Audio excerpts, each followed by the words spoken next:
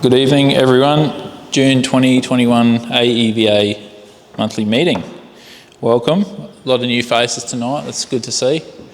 And I'm wondering why there's so many new faces, if I'm honest. Hopefully you've seen some of our events or something and decided to come along this month, so I appreciate that. For anyone, just the housekeeping, for anyone that hasn't signed in, can you sign in? I think we've probably got everyone though, haven't we? There was a on the door tonight. Very good. Let's move along. Toilets for anyone that's new, down the hallway at the end, and we are practicing social distancing. And we have a Google group for those new people that we use to contact all of the membership to let them know about events, and people can also ask questions. It's quite convenient if you're not on things like Facebook, which we also have quite a lot of members on our Facebook Queensland page. We are live streaming. This is the YouTube channel that's mine that we put these recordings on. So if you want to have a look at some of the previous monthly meetings, you can pop back there too. Tonight, the agenda. So I'll go through the normal stuff about the EV events that we've attended and the EV events that are coming up, any new infrastructure that has popped up around the place. And then we have 3 speakers tonight, Candice, Paul and Nathan. And then anyone else who would like to speak. There will be a few other people coming up to discuss the events as well. So, recently held of EV events, we've had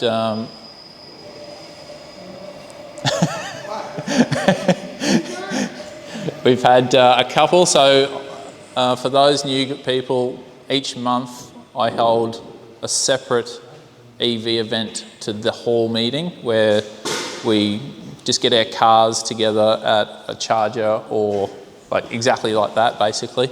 And I just vary the location so different people get involved.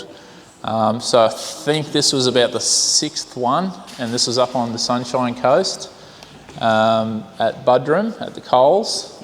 And I think there was maybe 2 Coles in that area, so maybe, or there's also a Woolworths, so people got a little bit confused, but they made it there eventually.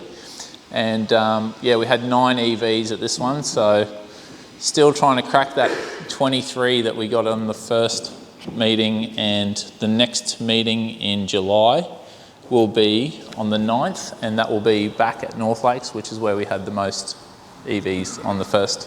The first, maybe it was because it was the first one, most people came, but yes. Then Les and I actually just back on the meeting, so it was good because there was a few people there that weren't the normal usual suspects, but I got there about, I think it was organised for 6 o'clock, 6:30, and what time did we leave? It was about 11 or something, but we actually, and it was pretty bloody cold too. But yeah, no, we're talking crap for the whole time, so it was all good. This is just because Les and I supported Les with his EV charging on there, just for moral support. But this is just down the road at Forest Glen. So I've covered Forest Glen before in the other EV infrastructure monthly updates, but there's the bakery. It's not the clearest photo, but there's the bakery. So I mean, if you are charging at Forest Lake, and I believe that is a bit of a busy road when it's actually during the day. So, there's a fish and chips shop just beyond the charger. Oh yeah. Fish and chips too. Oh. Yeah. Why would you charge anywhere else? I mean, exactly. Fish and chips and bakery. Yeah. Okay. So this wasn't. This was a non-AEVA event up at Yeppoon that they had a little gathering at the local council just on the grass, and there's a few people from further north that are in the AEVA that attended this. And I think they had about 10 EVs, they had a bunch of bikes. It was just basically a static display and people coming up and talking. So that's good to see other stuff other than just in Brisbane is occurring. That was Capricorn Coast Landcare and Livingstone Shire Council that organised that. And apparently they did that for zero cost. So it's just sort of council sponsored, so that's really good. The RACQ Motorfest. I didn't attend this, unfortunately. I did plan to, but Simone was going to have a few words about how things went. Up you come. Yep. This is Simone's photo. So how many EVs were there? I think there was about 10 or 12 EVs, something like that. It wasn't a humongous amount. But we had quite a good central spotlight. A lot of the petrol cars were in under like a marquee tent area. And we had the lovely sunshine. The tent, like the roof you can see behind there, actually had the area that they called Future Zone from memory, and they had invited people who had businesses to do with electric vehicles to be under that zone. So that was really cool. There was a couple of motorbikes and obviously charging stations and a couple of the other electric and hybrid. I think the hydrogen car was there. I don't know. Yeah. So it doesn't. I like the electric car, so I didn't really have much of a look. But no, it was good to have like a variety, not just cars, obviously. So that was good. Yes, there was a lot of questions, and I mean Gary, I think talked all day, didn't you, Gary? I can't. He just about talked all. I think we all did just about. Yeah. Did you find the questions were pretty good? Like it wasn't just, oh, I'll never buy one because it doesn't go far enough, or? Yeah, I think the questions were pretty good. I think it confirmed to me the need for more of these events, the education of the public and the information that they need. I put some signs on the back window of the car, and it was just the sort of features and characteristics that I think when you drive an EV you take for granted. One of them was the one pedal driving concept. And I reckon I had 4 or 5 people come up to me, with concerns about one pedal driving, where's the other pedal? I mean, I suppose we probably take notice in this and Leaf and their advertising whenever that happens to run. But, we all understand one pedal drive. These people don't. And, it's so basic to us, but it's such a handy feature when you drive EV. So these sort of events are great. And of course, one like this is very well organised. They've done it so often. Yeah. Thank you, Gary. Didn't mean to put you on the spot, but well done, you. Okay, so yeah, it was. I think the questions over time have grown. I think they're different than they used to be 5 or 10 years ago. So it's definitely people are starting to go, yeah, I could probably do that. So that's really good. And AEVA will certainly be involved in running events, so we're actually organising one for September. If you haven't heard us talk about it, come and see us. Maybe we'll do a little spiel towards the end to talk about it. We're doing it in a couple of slides. Oh, we're doing it in a couple of slides, okay. All right, sorry. Spoiler alert. Spoiler alert, yes. So yeah, that's really it. All right, so even though I didn't attend, I think perhaps just for next year, we should probably get our act together and have a bigger presence maybe, and just get a lot of EVs there, because just with a little bit of organisation, I think we could have doubled that easy really, couldn't we? So, I don't know, was there any feedback from Tim had his car there. There was a few cars from the people here, so that was good. We thought the Tesla owner group were coming. Yeah, but that's what I'm saying. So really, just if we just organise, and I'm definitely bringing, with Luke, who's the TOCA president now.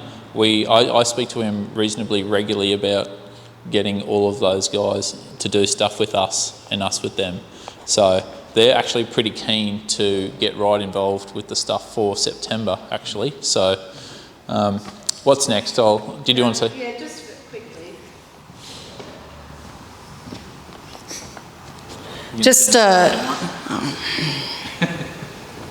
Just on the fact that we didn't have that many cars. Nobody actually had many cars.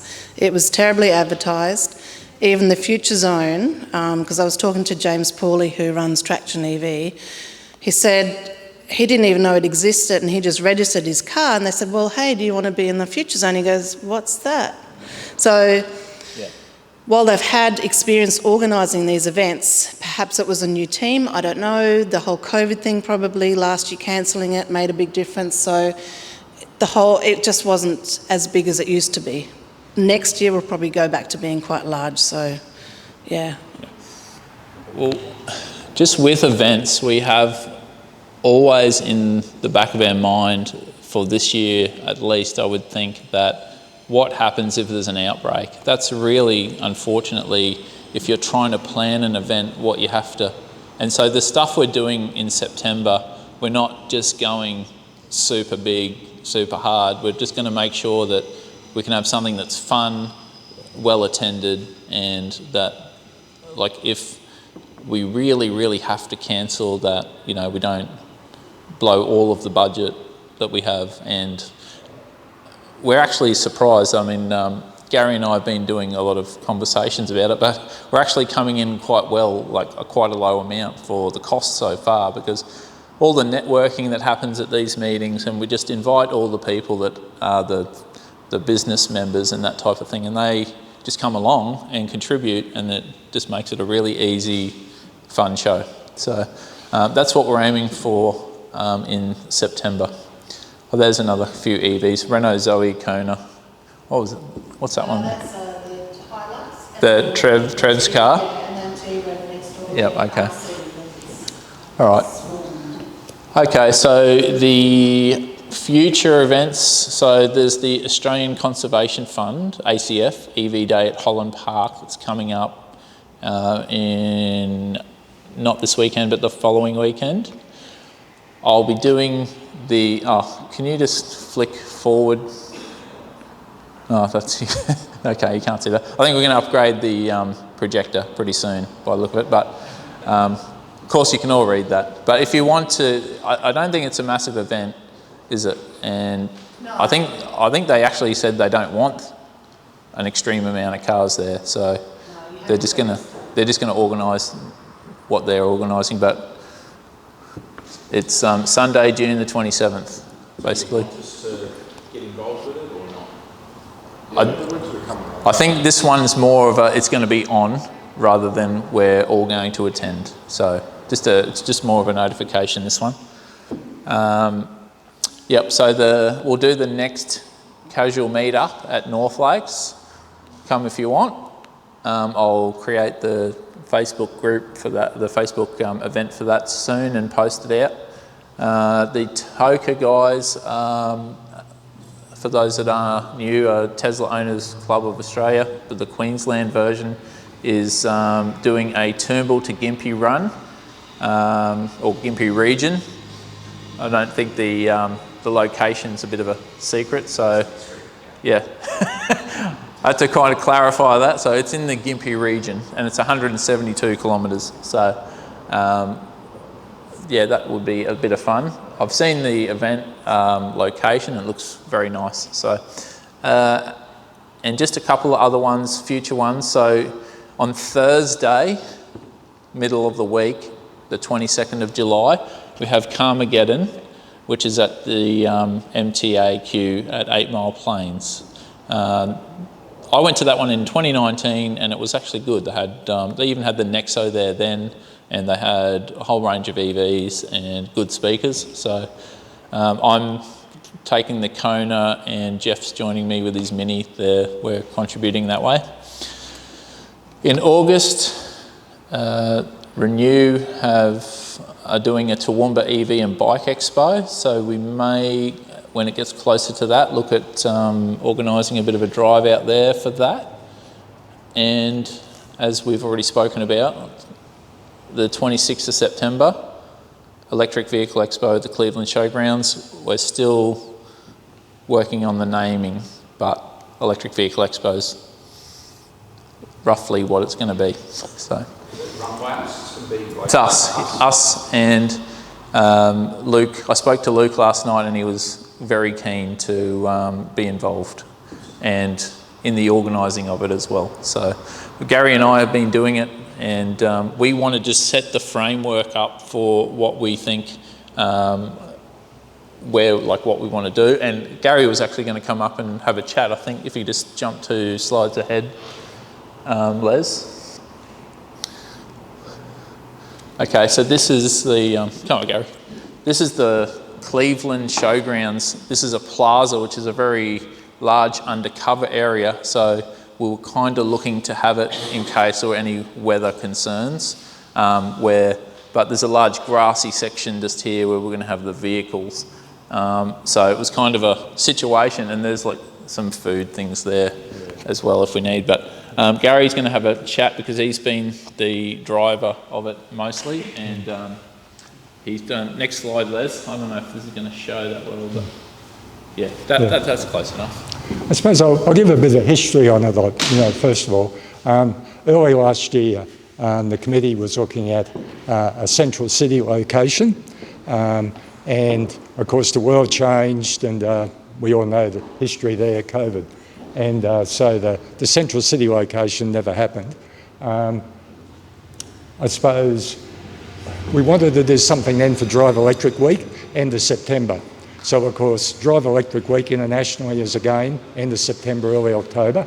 And we got thinking about, rather than go to the central city with big expense,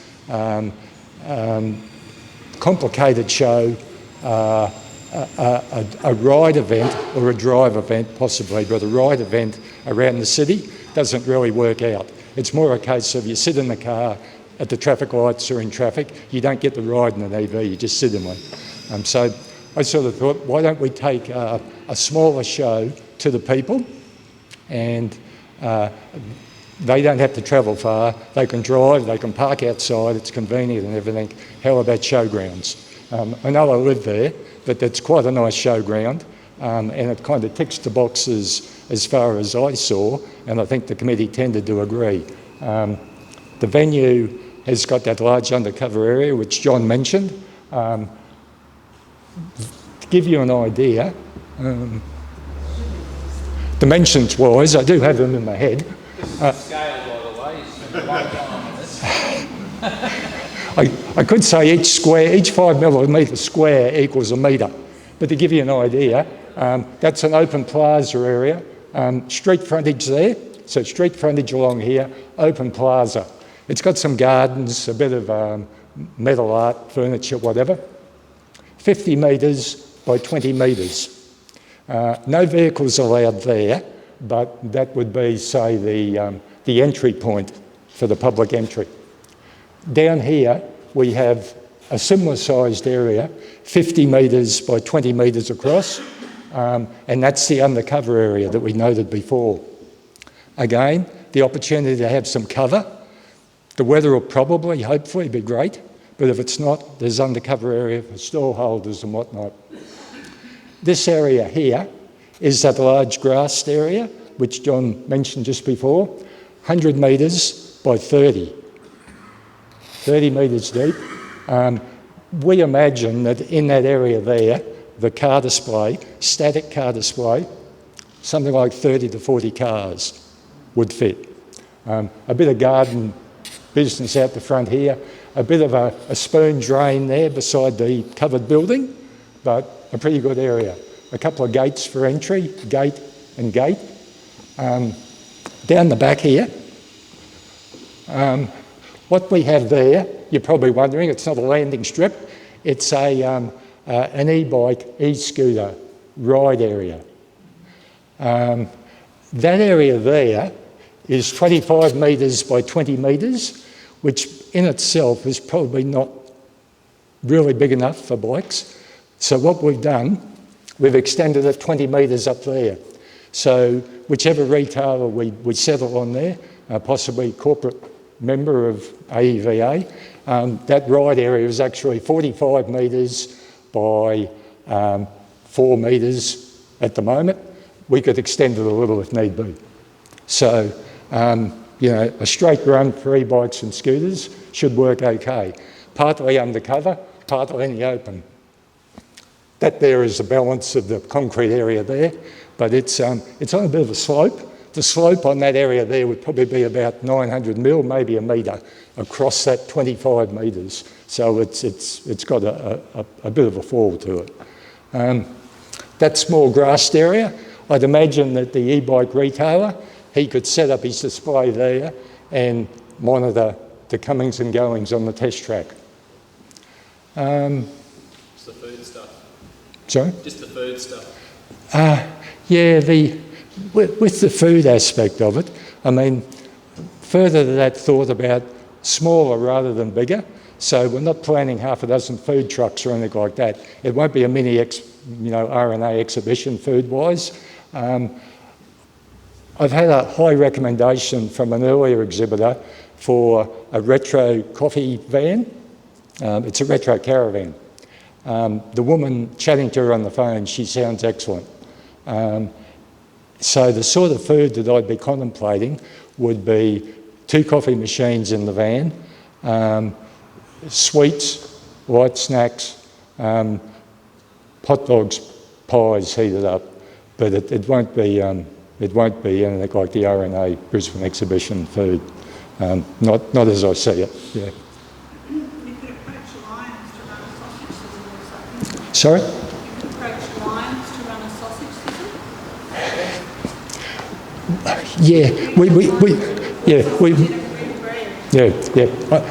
What this woman could do, I mean, she could do hot dogs.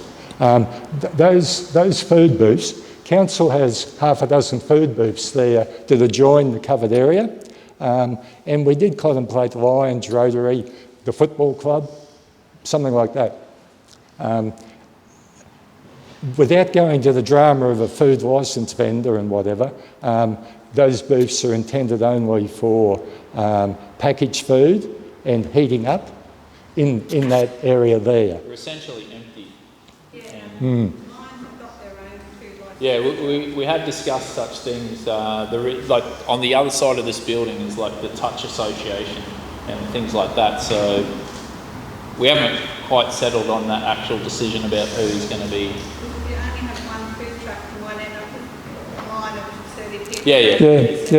This is like this is Mm. basically just the framework. We haven't done all that other. Better having 2 or 3 so that you're not getting 30 people waiting in line. Yeah, the Redland Council has been really supportive to date, and talking to a couple of pro exhibitors, the events people do appear to go out of their way, but from what, I mean, I used to work for Redland Council too, so I know, we all know how bad councils can be, but they've been really good to date, and the compliance and the rigmarole, of course, escalates with the size of the event.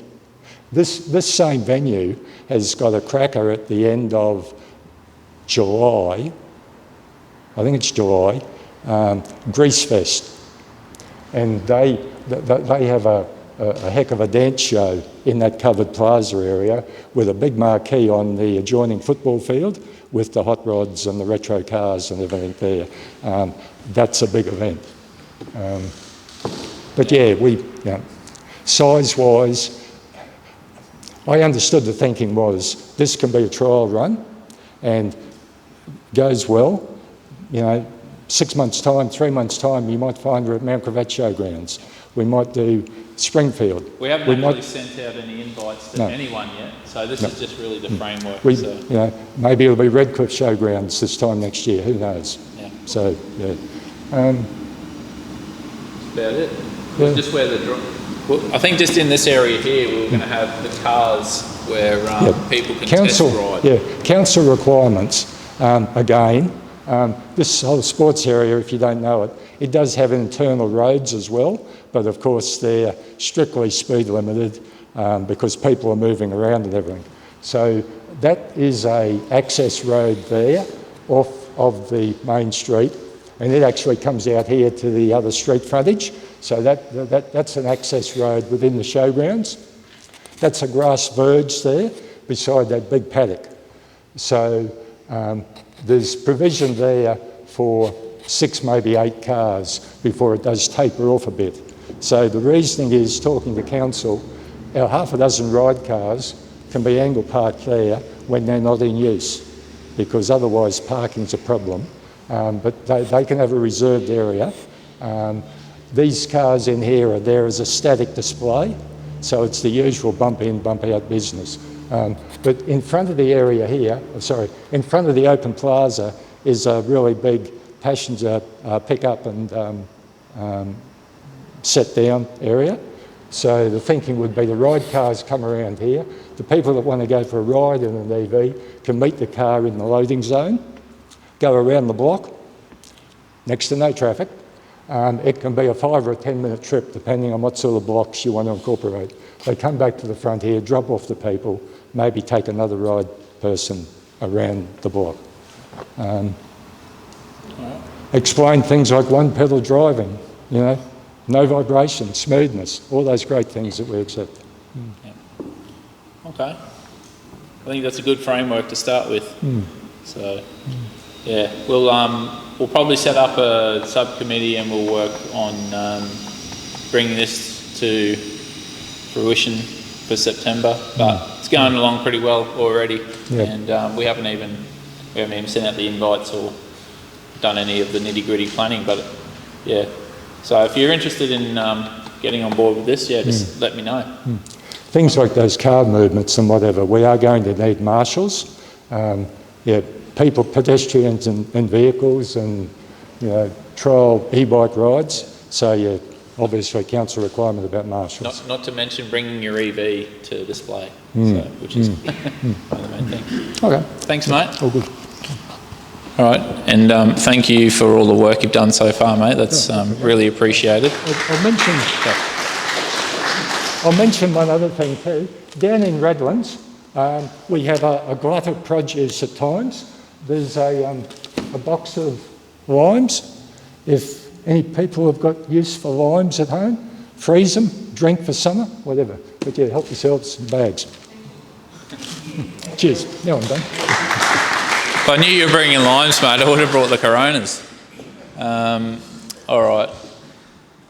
So just one other very quick EV event non-EV event that I've been asked to mention is there's a Gold Coast car show at Marjarabah Showgrounds for the weekend of Saturday the 14th and Sunday the 15th of August 2021, if that is of any interest to people. There are flyers just on the desk over there for anyone who's interested. So, all right. Just moving on to the normal other presentation stuff, we have infrastructure that's popped up in the last, pretty much since the last meeting. The Tesla supercharger at Toombul is now installed and ready to go. So this is where we had just a couple of 7 kilowatt chargers on the wall there, and they moved those out. And as you can, that's what you can see there now. And these are quite special. Is this the first one? This is the first one in Australia, I believe. I don't know what it is about Toombul, but it's a hell of a place for charging. It was one of the first places in Australia to get the 350s up on the roof. It had the EV Link and the Tesla stuff underneath for a bit slower charging while you shop. And now it's got the supercharger there. It really is a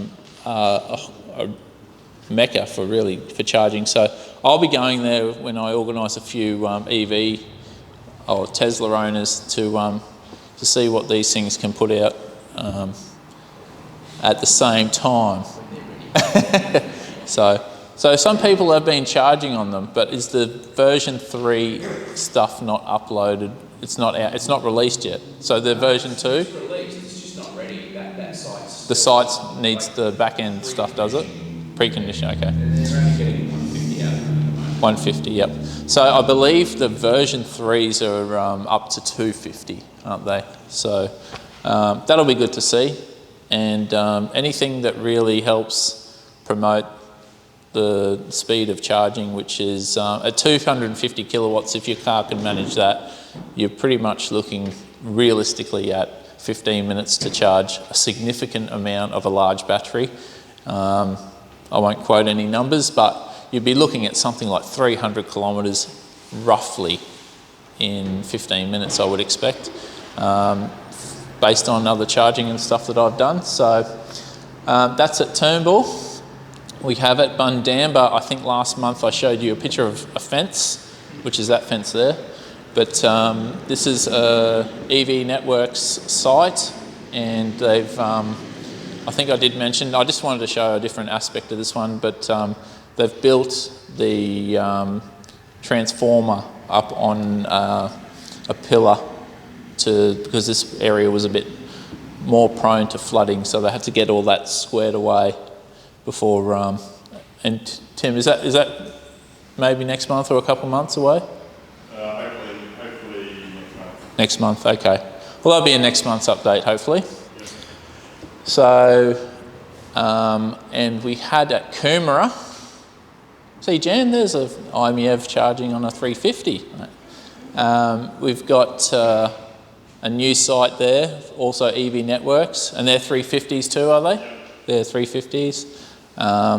So, for those of you that aren't familiar, there's the 50 kilowatt that will, in some instances, be your car can charge faster than that, and for the 350s will max out the speed that your car can do. So that's the difference between the 50 and the 350s. What have we got next? I think there was one other at Toowoomba. Okay, we'll have to fix the resolution up. We'll get a new one, but this is, okay, for those of you who can't tell, that's Toowoomba. That's the supercharger at Toowoomba, and that's the Quesh 50 kilowatt at Charlton. And this one here has been installed at Drayton, just outside it, or just one of the suburbs of Toowoomba there. Just a 50 kilowatt charger, but the reason why I'm showing this one is because there's a bit of a post going around on Facebook because, and I couldn't quickly find the thing, but they've got petrol, unleaded and diesel, and then they've got 30 cents, so they've got like $1.50, $1.50, $1.20, and then they've got the 30 cents for the electricity. So that's been doing the rounds on Facebook and other groups. So all right.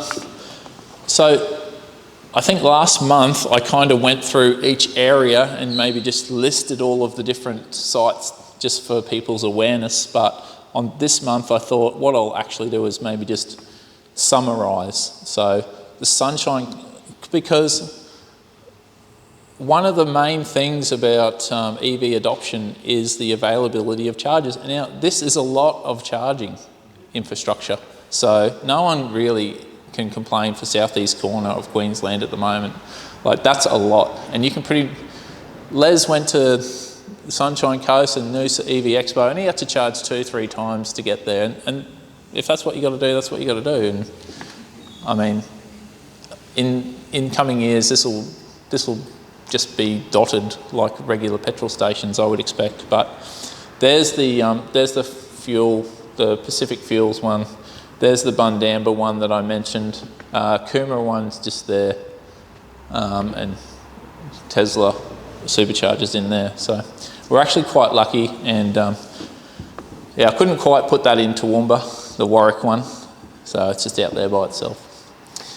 All right, on to the main part of the night. We're going to have our speakers.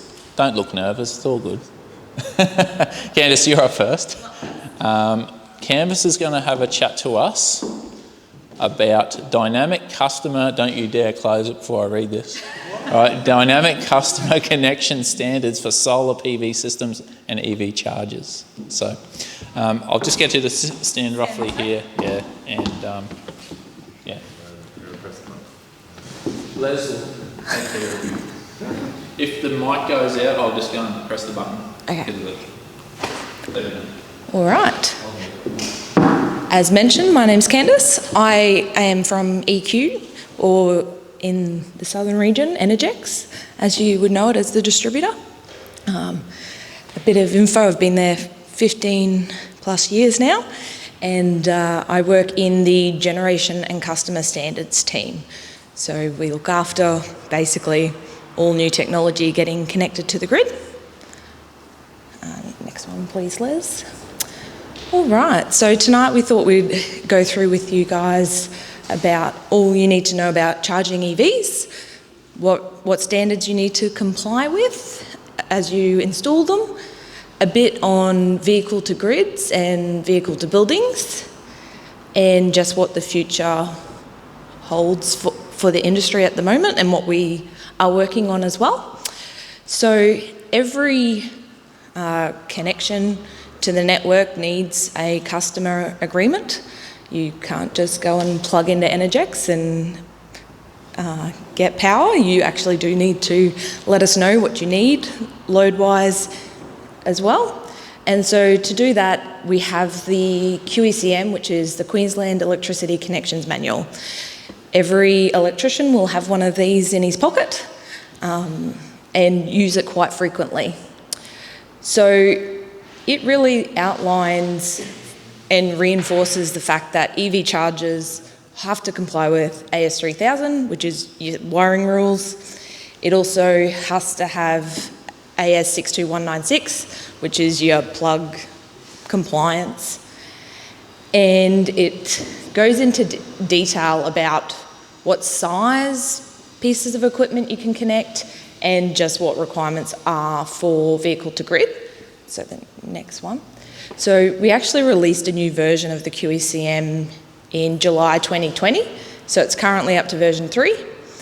We took this opportunity to really look at what all the distributors and other utilities in other states were doing as well, because we all kind of had quite a manual process for EV chargers, for assessing them, and we were starting to see quite a lot of the Tesla 32 amp chargers. Everybody really was connecting them, and each time they did, they had to come and ask us for permission. So to try and cut out some of that manual paperwork and make it a bit easier for our customers, we introduced this table, which basically said the limit's still 20 amps a phase for a piece of equipment, but if you want to install this 32 amp single phase charger, let's put it on a control load. You don't have to come to us, just put it on a control load and you're right. So yeah, it really streamlined it and it was kind of the first step towards what we were working for with dynamic customer standards. Next one. So these two standards, 1170 and 1174, these are our IES and connection standards. So if you have an embedded generator, so a PV system on your house, a vehicle to grid, these are the standards that you need to follow. So the vehicle to grid currently, we shouldn't have anybody doing that because they haven't got AS4777 compliance just yet. But the point is we are ready for it when it comes along. So these are the two that you need to apply and work under when that all happens. As a point of interest, EQ is actually waiting for a Nissan Leaf to get delivered. We've been waiting for a while. And I'm going to work with industry to do a trial on the vehicle to grid and how it interacts with us. We have a beautiful, nice, big lab in Cairns, so that's where we're going to do the trial, and as soon as it's done, we'll obviously let everybody know. But yeah, so the commercial charges and things like that definitely will fall under this. So the challenge kind of really presents for us is, there's the little chargers that mum and dad install in their residents, and as you've seen, there's the big Teslas that get installed at Toombul. So we just have this varying load on the network. We have extreme highs and extreme lows depending on who's using what. And so to combat that, next one, Les, we are introducing dynamic customer connection standards. So this really will go away from the traditional set limits and quite a fixed, stringent network. And yeah, so probably the next slide gives us a bit more info, Les.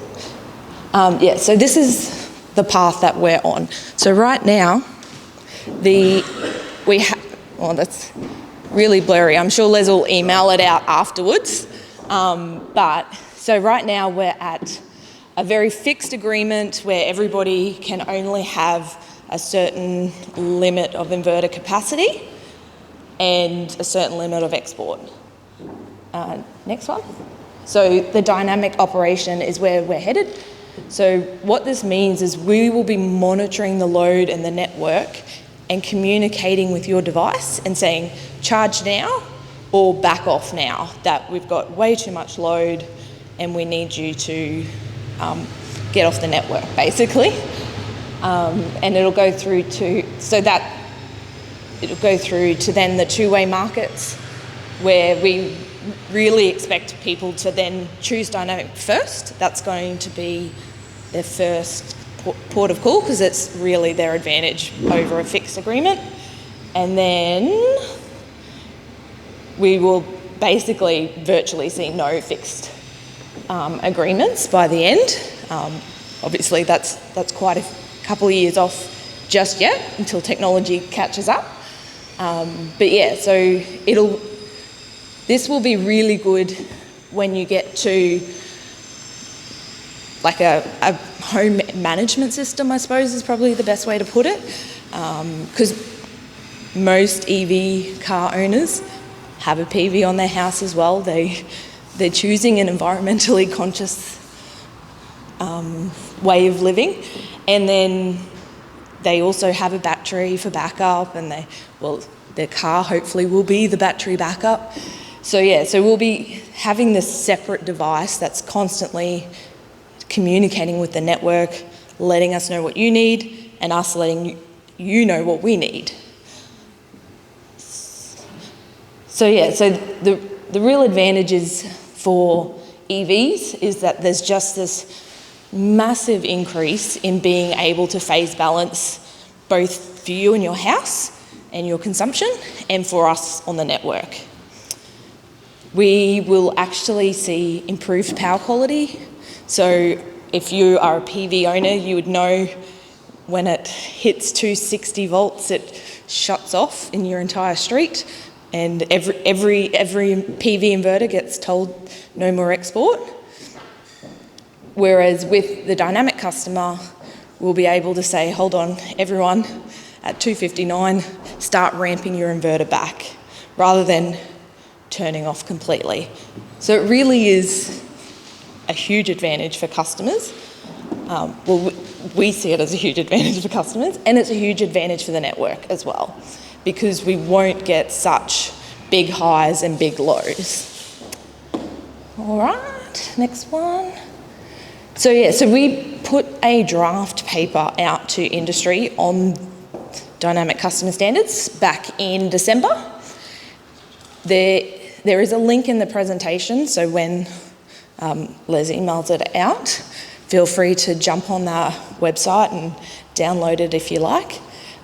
We held a webinar and had quite a few discussions with manufacturers, all of that kind of stuff. Most of them supported the dynamic customer. Yeah, so the real, I guess, advantage that we see for EVs is that cost-effective integration, your vehicle to grid with your PV system. Next one.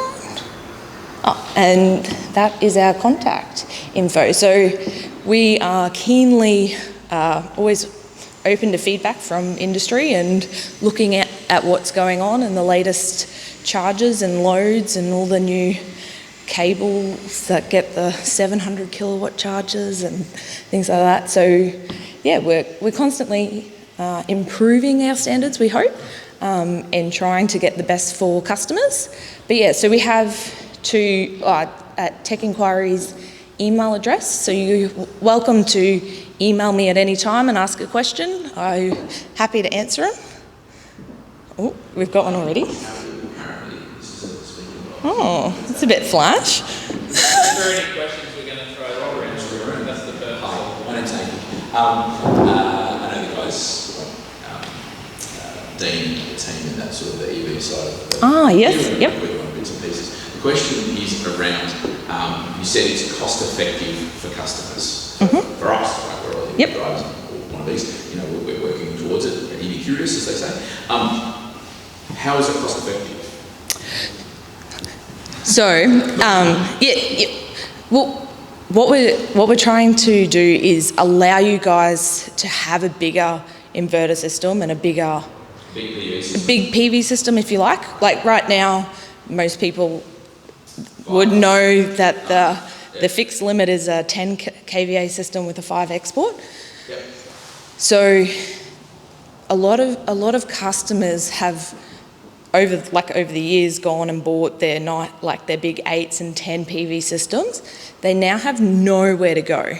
Yep. There's no availability for them to go and stick a nice Powerwall or a LG Chem on their house because they've capped out. Right. Whereas with dynamic standards, they then have to pay to change their PV. They then have to pay to add their battery. They will have to. Before on a fixed one. With a dynamic, they don't have to do that. We'll be black box in between the PV system and Yep. the grid, and you guys will be able to turn up and turn down what's coming off the Yeah. roof. So we expect it to be through a vendor. So our company, Switched In, AGL, Origin, all of those guys will be providing. They'll be doing all of that. We'll be communicating to the vendor saying, Do this today. like MacDonald Street needs to come up, needs to come down every 10 minutes. Yeah. And they'll be doing that communication. We did have the conversation with industry about putting that into the inverters and into the vehicle to grids, but it's just not feasible for customers because if they've got a ex inverter company and they go bust, Yep. and there's no longer that supported platform to communicate with us, then they have to go back to a fixed agreement and it wrecks them. So, yeah. It will be better in the long run. Okay, I believe it. There's probably a lot You of can- questions, so maybe just make them. Sorry, I'll try and talk less.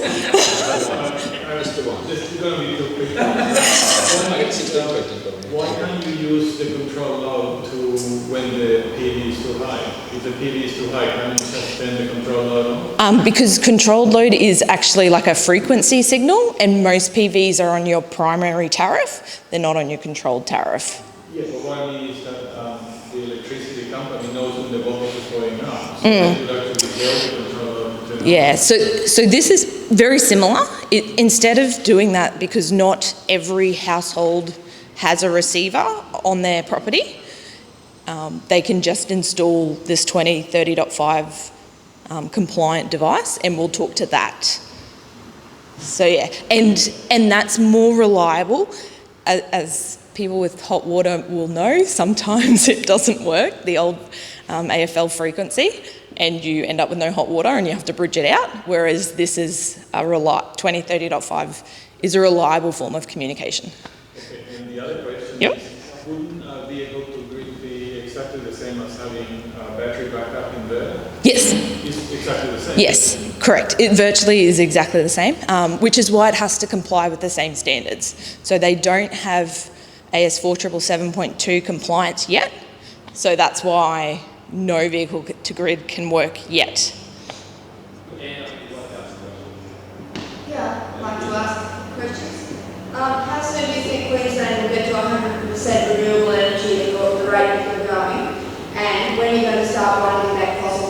stations instead of rooftop solar and other renewable sources? Unfortunately, that is way above my pay grade.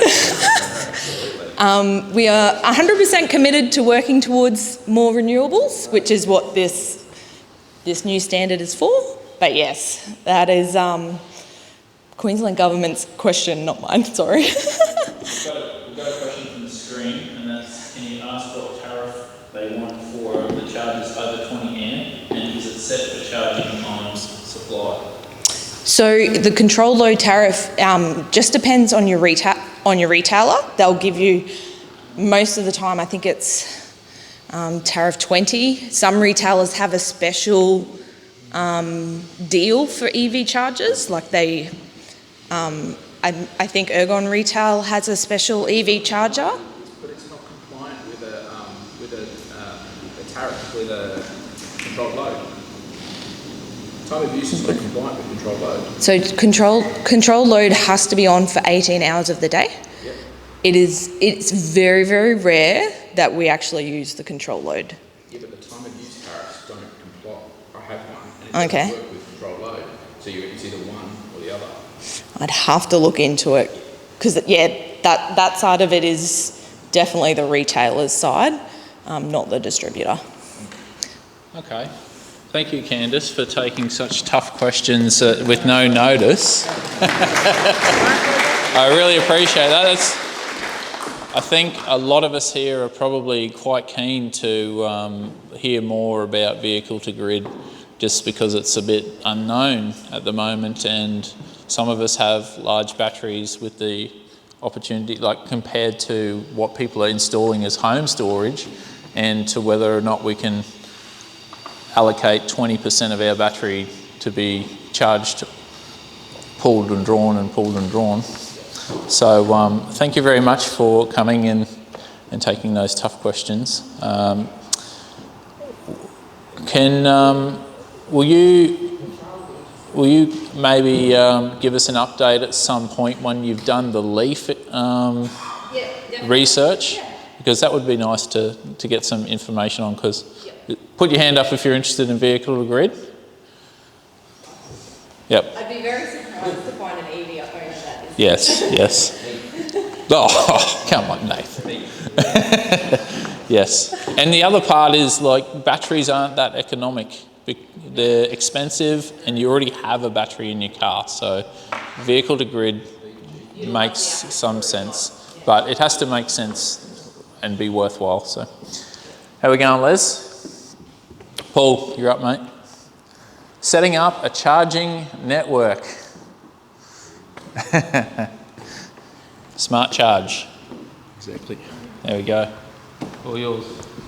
Okay, so I just wanted to provide an update from probably a presentation many months ago. So we have EV Hub, which is the distributor for EV Box, which is the largest EV charging provider out of Europe, do the AC right through to the DC, and we also have Smart Charge, which is the network. So I just wanted to provide a few lessons that we've learned going through and answer a couple of the questions. So next, Les. Next one, please. And next one. So just a couple of things on charging station that we're coming up against quite a bit with regards to safety. They need to be, under the electrical regulations, it has to be an individual circuit. It needs to be protected by a circuit breaker and an RCD type B, unless it's got DC sensing circuit inside of it. A lot of the product that we're seeing installed doesn't have that, and particularly the Tesla wall connectors seem to ignore that, so something to certainly watch out for. Next one is, don't need to read all that, but the key part is that also what we're discovering is that every electrical appliance in Australia has to be tested to Australian standards, which makes sense, right? There are very few electrical EV chargers out there for domestic and commercial use that have been tested and are certified. So a lot of them are certified to, or say they're certified to CE certification. CE is an internal certification that is done within the manufacturer. It's not a third-party certification. Australia don't recognise non-third-party certifications. So we've gone through quite a bit of process on the EV Box product to get it certified to Australia.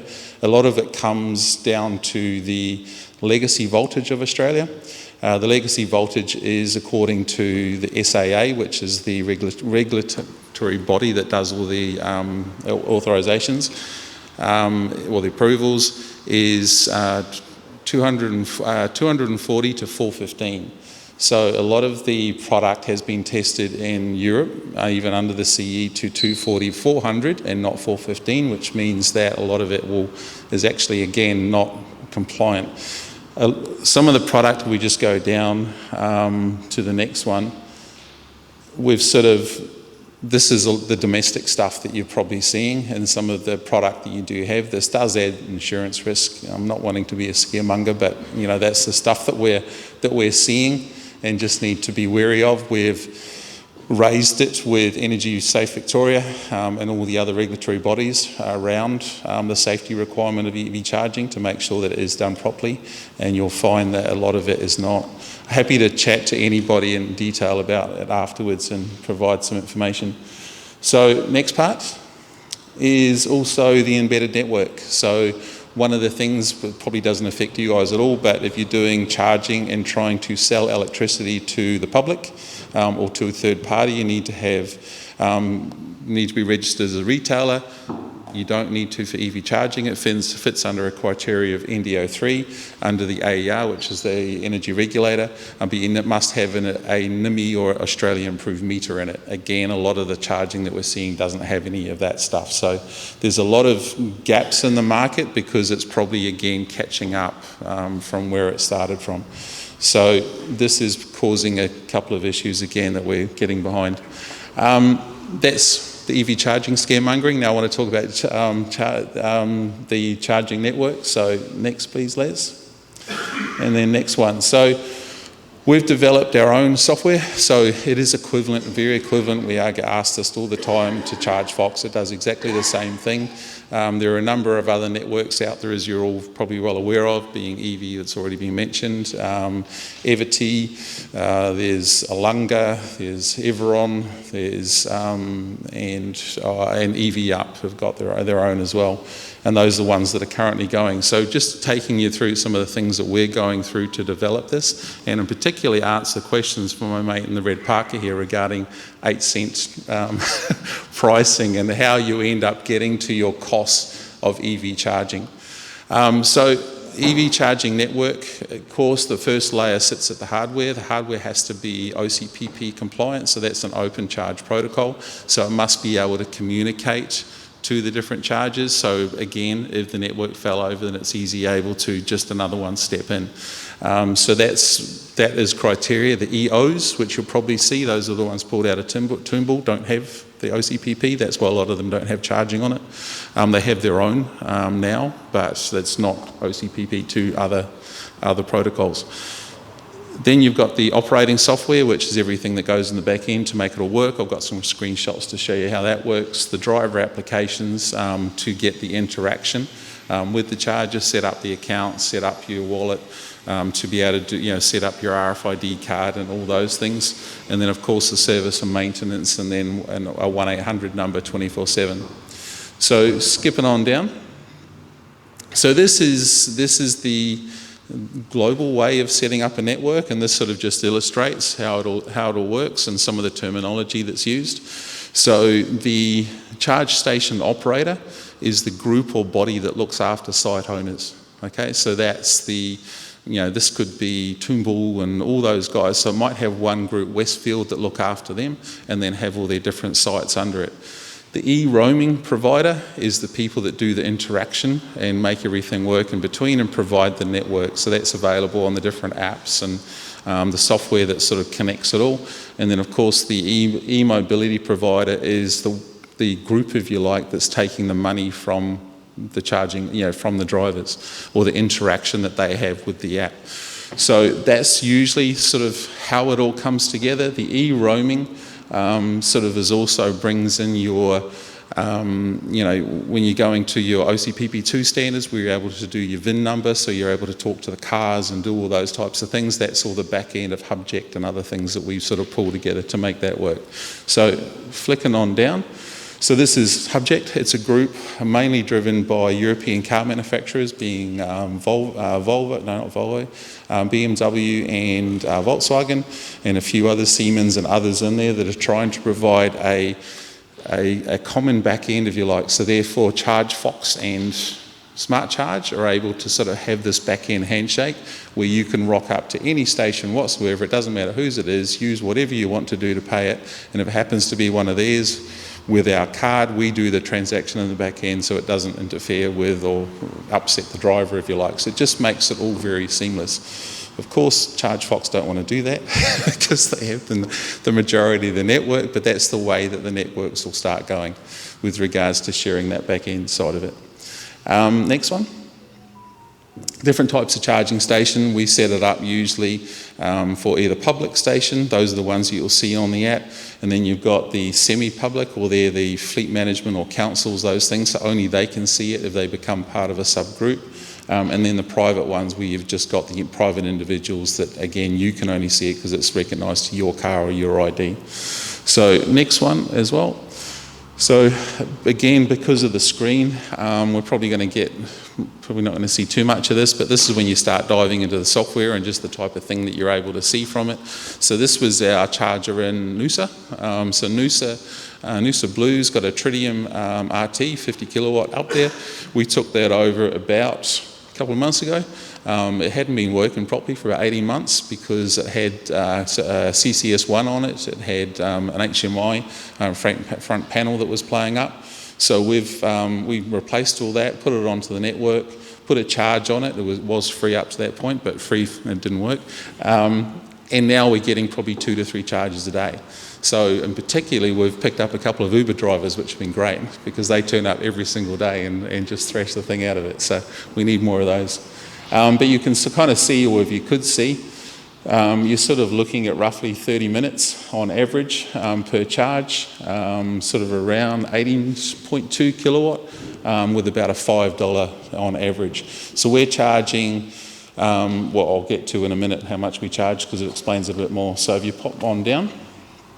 So again, you're not going to be able to see this whatsoever, but you can kind of see this is the charging which is going on. So you can see 24 kilowatt, 8, 24, 26, 29. So our Uber driver is turning up and plugging in for about 50 minutes at a time at the thing. I rang him and asked him, you know, why he's so busy. He's got a brand new MG, just loves it to bits, and he's just doing the whole of Noosa and just using that as his pit stop, his break, which again, we need a few of his mates to join in as well.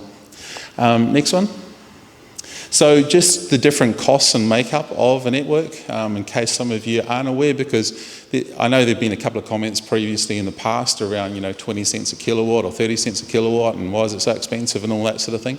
So just what we're finding as to how all this is made up. So again, the site owner, usually, you know, if you can get good wholesale rate, you can pick it up for 14 cents. So usually people are paying maybe 18 sort of cents-ish, but you know, good wholesale rate 14. So at 14, we can charge 33 cents fixed and 26 cents per kilowatt. The 33 cents fixed is Stripe fees, so that's what the interaction with your credit card is. The 26 cents is the makeup of all these things. So the CSO, again, the charge station operator, is looking, of course, for payback of infrastructure. You know, he's handed out 40 odd K plus for installation, all the rest of it for a Tritium charger. He wants a bit of payback. We'll show you it's going to take a while to get there. And then the e-roaming provider, of course, there's the software development, the people that you employ to do that, the App Store access, the monthly reporting and transactions, the Stripe reconciliations that you've got to do every month from the accounts purposes, and then, of course, the call centre, which is 24/7 to be able to provide the drivers the support, and then, of course, the charge station monitoring. As soon as that goes down, we get flags and see what's going on so we can fix it before it goes any further. The EMP, again, the Stripe fees, the 30 cents, plus there's a 1.75%, which again seems low, but it kind of, you know, all adds up. And then, of course, we're offering member discounts. So if you're part of AEVA, you get a 5% discount, for example. So I'll show you, if you go to the next one, So again, busy slide, you're not going to see this, but you can start seeing how it kind of makes up per kilowatt. So 22 kilowatt was the bottom one. I know people usually charge more than that, but once you start taking up all the fees, you're making 33 cents out of it. So, you know, you've got to, the story here is you need a lot of charges before you're going to make any money. And 26 cents is you're not making a hell of a lot from a charger, let alone paying back any infrastructure. There's got nothing in that whatsoever. Next one. So again, you're not going to see that. That was my little justification of a commercial charger. So, you know, when people ring up and say, how many of these can I put in my car park? What's it going to cost? What's the payback going to be? So just to run you through it. So we had 2 equipments at roughly around, you know, 2,800 each. So, and then you've got, of course, how you're going to mount it. I've got, is there any civil works required? I've got no there. Signage required. Installation and commissioning is roughly around $2,000 a charger. So that brings it to a total of 3,900-ish. No, sorry, more than that because the 4.9, 7.9. And then you've got the annual licensing fee, so we charge $280 per charger per year. And then you've got the safety testing, which needs to be required under the regulations for RCD protection. And then if there's any leasing from the landlord, we've taken that out for now, but that will start happening over time. And then you've got the average cost of electricity. We've got 8 cents just because of my friend. He says he's paying 8 cents at the moment. 26 cents charge, and now you start getting into the utilisation. So the cost of the electricity you're buying and the utilisation is the thing that's going to make you money. So 5 days a week, we're talking the hours per day that it's open. So it's a little shopping centre of some sort or an office building. So realistically, you're going to have 2 EV sessions a day. The length of time is 2 hours per one. We're talking 22 kilowatt AC unit here, remember, so maybe that's a little bit conservative, but it's probably about right for now. And that's going to translate with an 11 kilowatt inverter capacity on the vehicle to roughly around about $3,000 made per year, which is going to give you about a 2-year or 2.5 year payback. Okay, so that's kind of how it all sort of comes together. But again, total, got to try and get the cost of electricity down because that's not realistic, and get utilisation up, which is the key things, as you guys well and truly know. Next one. So this is when we start going into, you know, sort of how you manage it, and this is providing the first level of customer services where you're able to look at the charger, and then I can go and find Les and then turn the charger off and on for him if he's lost his card or his phone and all that type of thing. So that's all sort of the back end stuff. And then next one is that driver interaction and innovation. So we're doing a fair bit. I mean, I'd love to talk to you guys individually around, you know, things like reserving parking spots or charging spots. You know, there's been quite a bit of requests for that, and we're doing a fair bit of work on it, but don't know whether it's really something that's required. And that's sort of where, you know, that's where now you might sort of decide to go to Toombul for 2 hours after this, and you want to book it in to make sure that no one grabs that spot for you. So you book it in, and then the thing is, these things pop up. They're little sort of remote bollards, pop up and mind the spot for you, and you're paying for the spot for the whole time, whether you're there or not. Okay, so little things like that we're working on for, it's actually a hospital in Melbourne, because they say that everyone just parks wherever the hell they want, so they just want to have some way of being able to sort of lock them off, you know, especially for the doctors with the EVs, that type of thing. Stop and petrol cars going in, vehicle number plate recognition, so you know that it's the car that's booked the spot and all that type of thing. Yeah, exactly. So these are all the sort of things that might make it quite interesting as more EVs start coming into the market and all that type of thing. And of course, just the different things through the app with regards to being able to see your state of charge, being able to do all those things, you know, just makes it a lot more interactive. And then the next one was really a bit of a teaser. Is that the whole hard work and effort and everything that we put into this, there could be very easily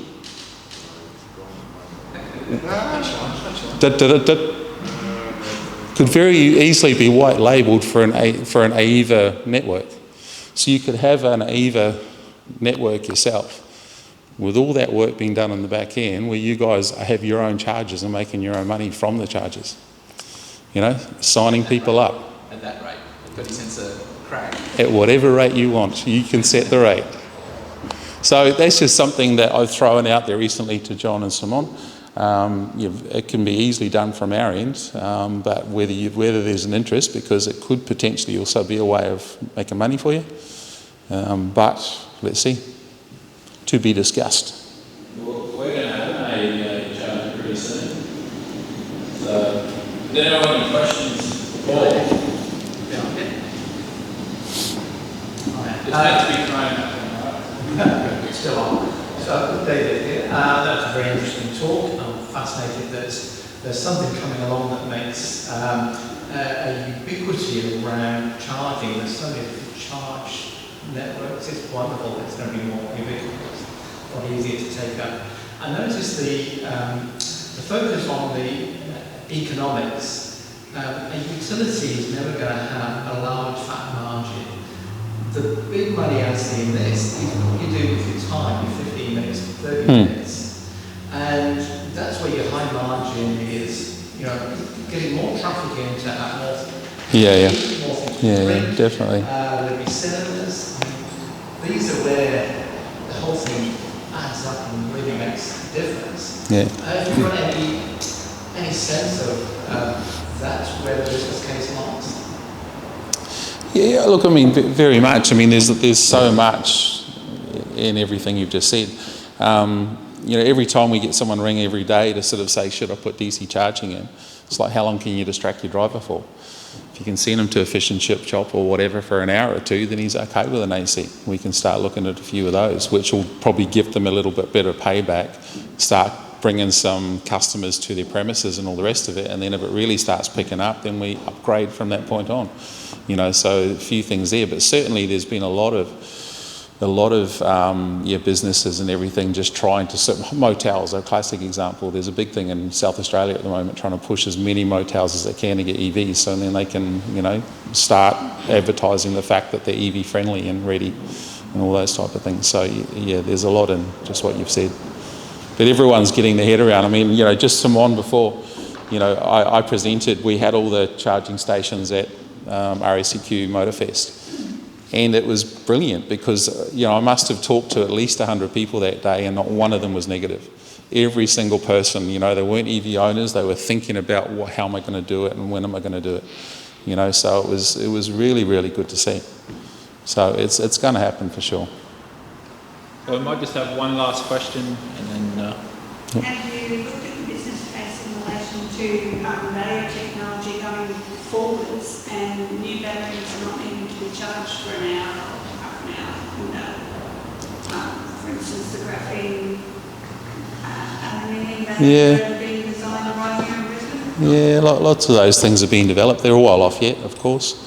Vehicle to grid, I mean, we could talk about that forever. I'm in your boat. I don't like the 777 standard because it forces people away from OCPP. It's a $10,000 charger and it's particularly pushed from the EV Council, who the chair is ChargeFox.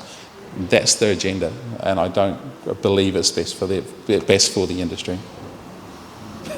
But anyway, I'm going to throw that one out as well and sit down. All right. Okay, thank you very much, Paul. Don't be scared to ask a question. I mean, and that thing's meant to be thrown around, okay? So, Nathan, you're up, bud. Nathan's got a presentation. It was rather coincidental. We had a charging company and the wholesaler here tonight. So I thought that was, I expect to see you two guys having a chat after. So just before we start with Nathan, we are doing tea and coffee again tonight for anyone that didn't get the memo. So I hope I left it up. Good, thank you. I was going to say I hope you brought your coffee cups because we're still doing the social distancing thing. So we'll try it tonight anyway. So thank you, Nathan. Thank you, John.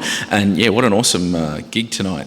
It's great to have the mix. I think it's really important for the dialogue and the conversation and also the feedback. Everybody here is experiencing EVs every day of the week and they know what it's like to live with it and they're the customers of all of this stuff, so that's really good. So if you flick to the next one for me, Les, we're going to talk about a couple of things, like we've been doing recently, myself and Mark trying to come every month as part of our giving back to AEVA. We're consultants in the EV and decarbonisation of transport transport space.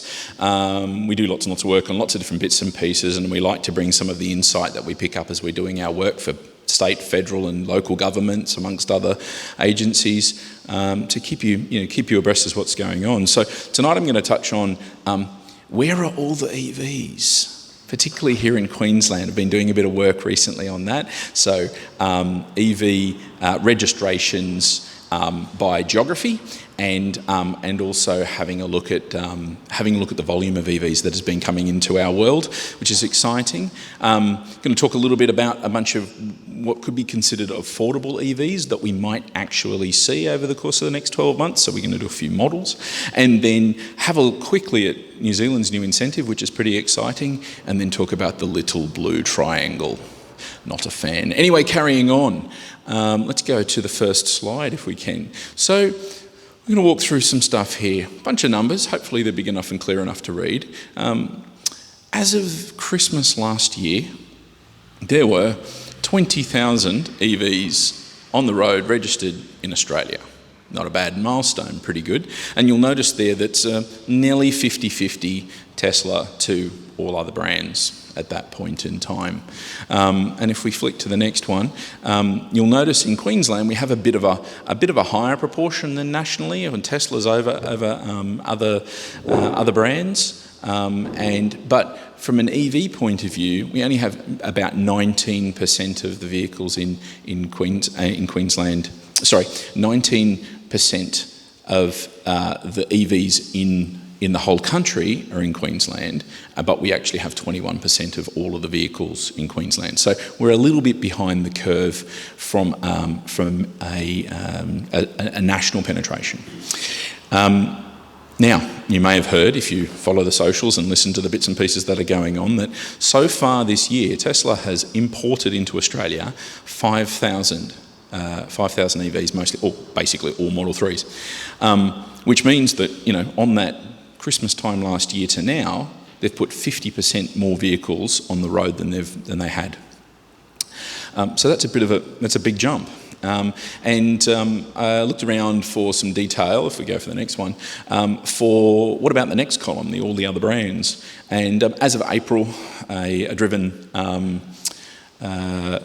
article showed that it was about 2,100. So if we move that on a little bit more, say by the end of this quarter, and we'll get some data in a little while, we'll start to see that there's about, let's say, probably 8,000 vehicles that have been delivered, EVs that have been delivered. This is all plug-ins in Australia by the middle of this year is a sort of an estimate, which means that carrying on at that rate and that acceleration, there's every chance that we'll put another 20,000 vehicles on the road in 2021, which is what we've had in all the time from about 2012 when we first started seeing EVs on the road through to about the end of 2020. So talk about exponential growth, right? That's pretty cool, and I'm pretty excited by that.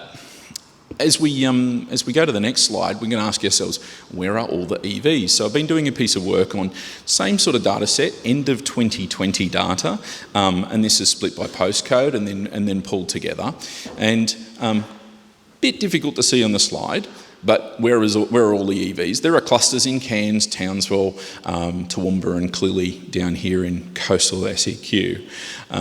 But one of the things that I found quite interesting is that nearly every single region, even the most remote of regions, have some volume. It's more than zero. And for that, the map there becomes slightly opaque. Slightly opaque. So even in this very large Western region, there are some EV volume. If we go to the next slide, it should be a little bit easier for us to see, and we can work out where we are here in southeast Queensland. So cars are where people are. It's kind of what it correlates to broadly. You can get a bit of an idea that darker red in the middle is Brisbane city centre, northern suburbs, kind of Fortitude Valley and this area here where we are tonight. But you can see it's well spread all up and down the coast. And then Toowoomba. And I know that there's quite a few EVs in Toowoomba. I know quite a few EV owners in Toowoomba. But that sort of dark shading that you're seeing there is 70 to 140 vehicles registered in that Toowoomba space. So, there's quite a lot. So you know, it's a bit of an interest, but from an EV charging point of view, you take the map that you showed earlier, John, where all the fast chargers are, and you add to this where all of the vehicles are placed, and you know, you're starting to see some correlation. So we did this piece of work with our friends at AEVA and they're putting together this package, and they're actually going to put this data on their website as a publicly available resource for people, for their curiosity of where are all the EVs. Question I ask is, how's that going to change over time? Are we just going to see just more volume growing in each of those areas, or will we see proliferation? And I think we will see proliferation, but I think we'll also see them stacking on top of each other as well in the areas that they are. Who knows?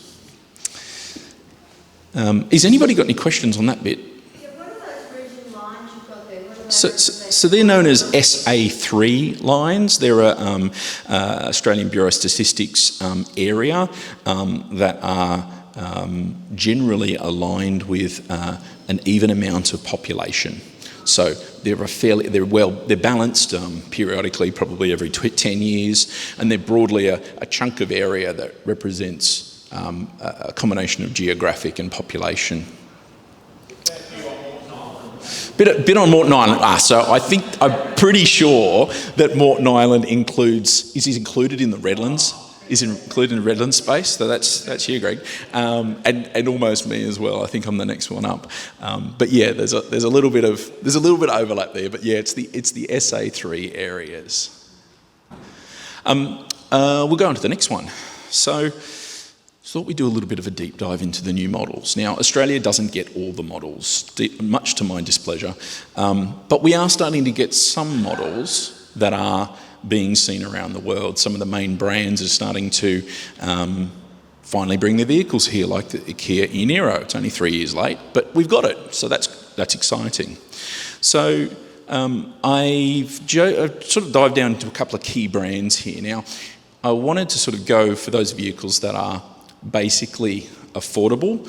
We kind of stretch the definition of affordable in some of these vehicles, but they're the ones you'll see in the press, and maybe it'll be a bit of a surprise for just how expensive they are as well.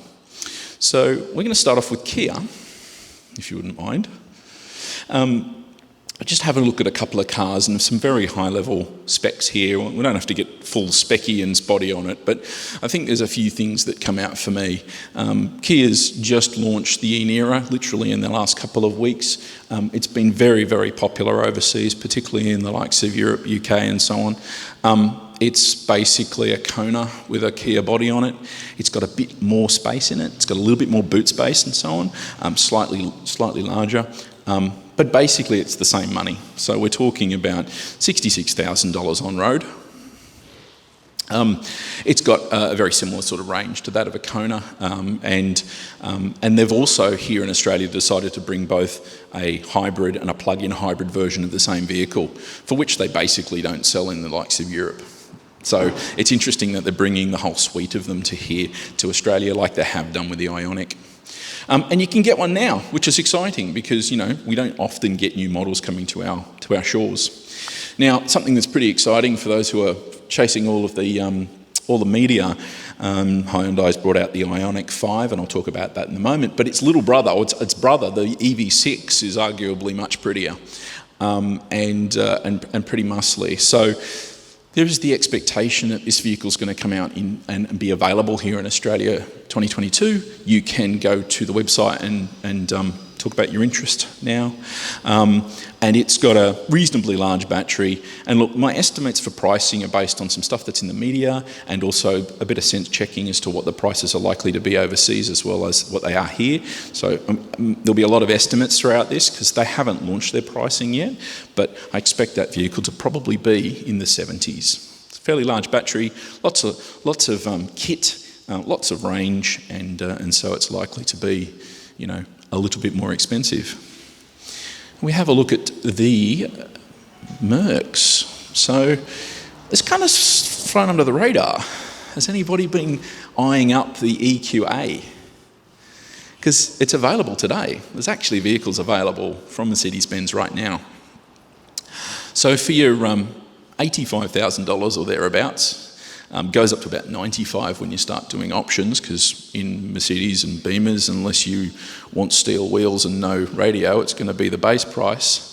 And then after that, you have to start ticking boxes. So 83 to about 95.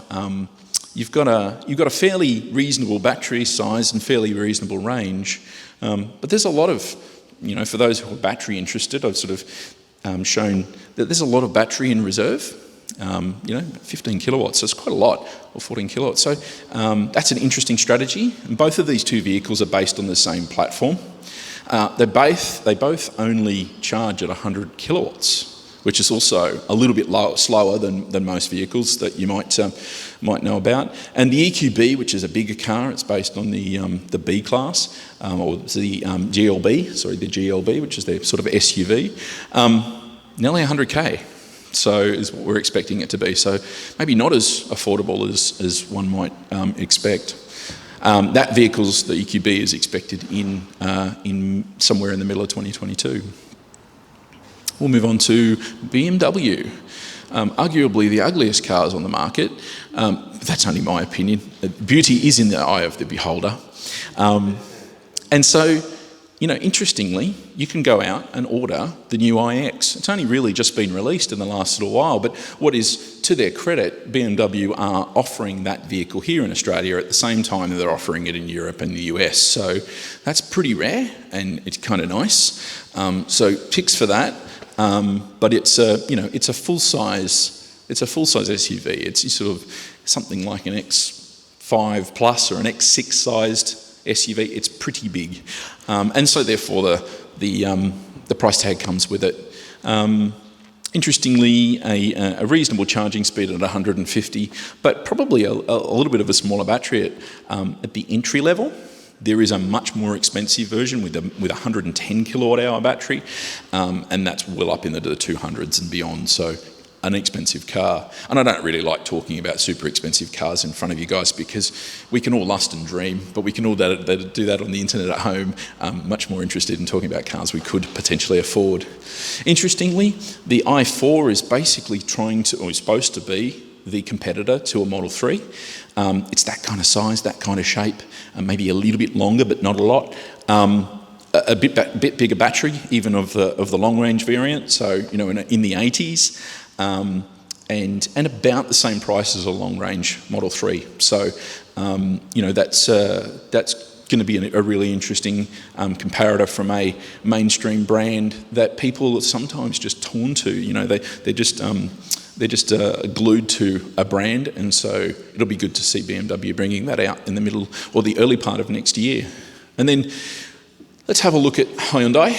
So I've put the Ioniq 5, which arguably is about the most exciting vehicle that's coming out to the market. They're pitching the concept of the price being in the 60s, which is hopeful. There's a lot of stuff that's saying that's the case. It might not be 60s, it might be 70s, but you read all the articles, and that's what they're saying. That's for the smaller battery. It's a decent sized car with a decent sized battery at a decent price. It's got the 800 volt system, so it's going to charge very quickly, and we're talking really quickly. We're talking broadly 20 to 80 in 15 minutes. So that's going to be very, very quick, and apparently it's going to be here at the end of this year.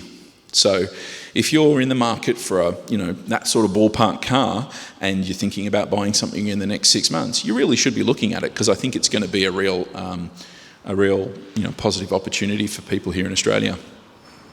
And I threw up the Nexo. It's got a couple of name checks tonight, which is a bit exciting. Don't really talk about hydrogen cars here in this group, and probably for a good reason. But they are available. New South Wales government has just taken delivery of about 20, and there's others going into ACT and so on. You can't really buy one though. They are special lease only, directly from the manufacturer, and in job lots and all that sort of stuff. So it's an interesting business model or sales model, but that's what they're offering in the emissions free or the zero emissions stable. And finally, I thought I'd just touch on Volkswagen, because probably the most exciting EV that's hit the market globally this year has been the ID.3. It's doing amazing things in Europe. It's now top selling in a number of markets. Its brothers are, and I'll talk about that in a second. So the ID.3, sort of small hatchback, ID.4, which is based on the same platform, and it's kind of the SUV version, a little bit bigger. Those two vehicles are now starting to make their way onto the market. I was listening to my favourite podcast, which I will name check, EV News Daily, on the way here tonight, and I heard that in the Netherlands, the number one selling EV is now the Skoda Enyaq, which is an ID.4 brother. Great pricing, great car, great setup. It's like, if you could get one, you would. It's actually a really good vehicle. And the Cupra Born is based on the ID.3. Very stylish, very cute, and a little bit hotted up with its specs. So it's a real shame at this stage, because there is absolutely no plan for any of these vehicles to be made available in Australia. However, there is one small gleaming light. I did notice in some industry news this week that the Cupra brand has just been appointed a brand director in Australia this week.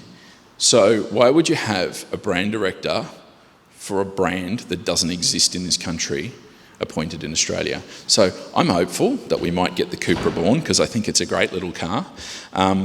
There has been discussions about ID.3 maybe coming to Australia in 2023.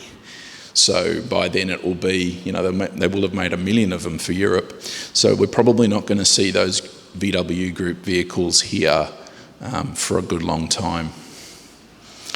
I was just about to move on to some other bits and pieces. So did anybody have any questions around the models or vehicles? Question was, what was your understanding of the rumours about the BYD vehicles? Yes, certainly. So BYD and Export Australia have made a lot of noise around a circa $35,000 BYD. Look, it's difficult to say otherwise than what they're saying in the press. They've just recently also made a similar press release around its availability in New Zealand, which we'll talk about in a moment, and that they're going to have some spaces. They're going to have like a retail space, and you can go and test drive it and all that sort of good stuff. And you'll buy it online like you kind of, sort of do with a Tesla and so on. And that's their impression. To my understanding, not one right-hand drive one of those has ever been built. So I could be wrong, but I have done some research. I've not seen an example of a right-hand drive one of those vehicles in the world. So if that existed, if they were sold in the UK, or if they were sold in Hong Kong, or sold in Japan, sold in New Zealand or South Africa, somewhere else that's a right-hand drive market, I'd have a bit more. Yeah, they've got the BYD right-hand drive van ready. The van? Yeah, sure. No, I'm talking about the little $35,000 hatchback car. Yep. That model, I've never seen a right-hand drive variant of. So that would give me hope that it wouldn't be far away if I saw that. And probably same thing goes for the Tan, which is their I can't remember the name of the cheap one.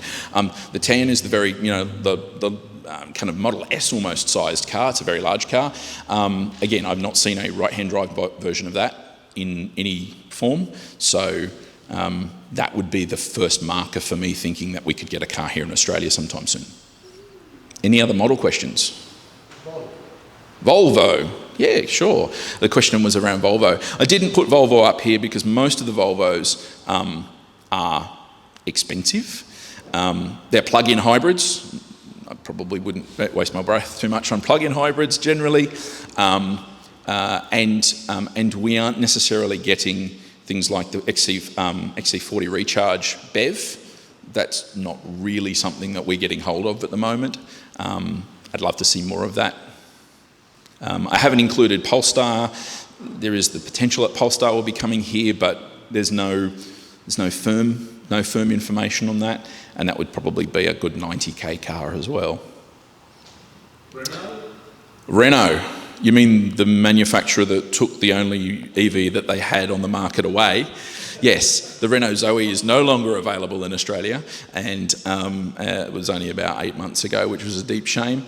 Yet it was the number one selling car in Germany in a number of months in the last 6 months. So they're not bringing them here because they need to sell them all in Europe, which is the challenge that we have around EV volume availability here in Australia. I might flick on to the next bit, which is the last slide, 2 bits.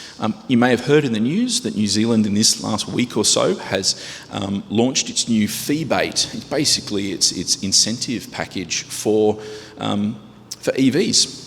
And the way that they're going to do that is they're going to charge ICE purchase customers money right up into about up to as much as $5,500 to buy, let's say something like a Lambo or whatever else, will get a $5,500 fee added to the bill. And I saw numbers around a Hilux would receive about a 2,900 New Zealand dollar fee to the bill. And that money will then be passed on to those who buy EVs. With 8,500 New Zealand dollars pocketed for a BEV and about 5.5 for a FEV, and there is a limit around $80,000, but that's all your typicals are going to fit under that number. All of your Konas, your Model 3s, your MGs, they're all going to be able to benefit from that. So that will drive significant volume and opportunity for EVs in New Zealand, and it won't be long before they surpass how many vehicles we've got, and more so. So, sorry, what was that? Well, it was launched 4 days ago, so I don't think it's been put to anybody except for the New Zealand people, and I'm sure that the manufacturers are all now scrambling to find some volume to provide that. The Australian government is a lost cause, so we will move on. Let's have a look at the last thing. So who in the room, let's get a bit of participation, who in the room knows that they have to put a blue triangle on their car by the end of September? A few of us? Yeah, what? Very good question. What? What? Yeah, so it's legislated for many vehicles. It's legislated for many vehicles, not all vehicles. All states in Australia now have finally got their act together to be aligned, and not just EVs, but hydrogen and others need to do it as well. I'm a bit miffed that hybrids have to do this as well, and they think they're in our camp. We don't really like that. But all of us with electric vehicles are going to have to apply a little blue triangle sticker to our number plates, front and rear, by the end of September. For those vehicles that are built after the first month or the beginning of 2019. So, when we go back and do that piece of work, and I showed the volume earlier, I've actually got the detail behind that of when vehicles were built, and there's probably about 1,000 vehicles that fall before that number, and about 19,000 that fall after that number. It's quite a lot. So I won't fully provide you with all my opinions on this particular piece of legislation, but suffice to say that it's happened. We've got to do it. I have not got the answers because they are not clear as to where do I go and get my blue triangle? What do I have to do about my blue triangle? Apparently they need to be riveted to your number plate. What if you had a plastic one? But I understand many people have gone to eBay to spend money on a thing that they've been asked to put on their car. Simone's got some insight though. MTAQ are providing them for free? Right, for cost. At cost. Yes. $8 for 2 at the MTAQ. There you go, there's a plug for the MTAQ. Sorry? The size is, there's a particular specification. It's to within an inch of its life. They're about, let's say they're 20 mil tall, something like that. They're certainly not as large as I have them on the screen tonight, but I'm sorry? What's the purpose? I can explore the purpose. within the confines of what I understand to be the purpose, I was semi-involved in the policy around this. It is believed that having those stickers on your number plate, that first responders will know how to deal with your vehicle when it's on fire or being crashed into or otherwise. To my understanding, no other country in the world does this for this purpose. Other countries in the world, like the UK, they have green plates, but it's so that you can go into low and zero emission zones. And so that you can be allowed into those zones. So again, uniqueness in Australia in having these warning stickers on your number plates, and don't get caught out. I think I'll leave it at that. All right. Thank you very much, Nathan. I can't wait to put EV on my number plate, which is JDEV. So I can't wait for that. All right. Well, I thank you to all of our speakers tonight. We're going to break up now, so you don't need to immediately leave. We have for those who are new, we have just a powwow with everyone, and we normally have tea and coffee in there. So thank you all. Appreciate you speaking, and if there's any questions about tonight, the events or anything like that, come and see me. I can give you more information. Well, are we having that, people having up the RACQ on the 1st of July? I actually heard it was cancelled, but I didn't know the date of the second one. We'll send, you got it? They haven't got back to us? Okay. We'll make sure something goes out on the Google group promoting that if and when we get that information. So, all right, thank you very much, guys.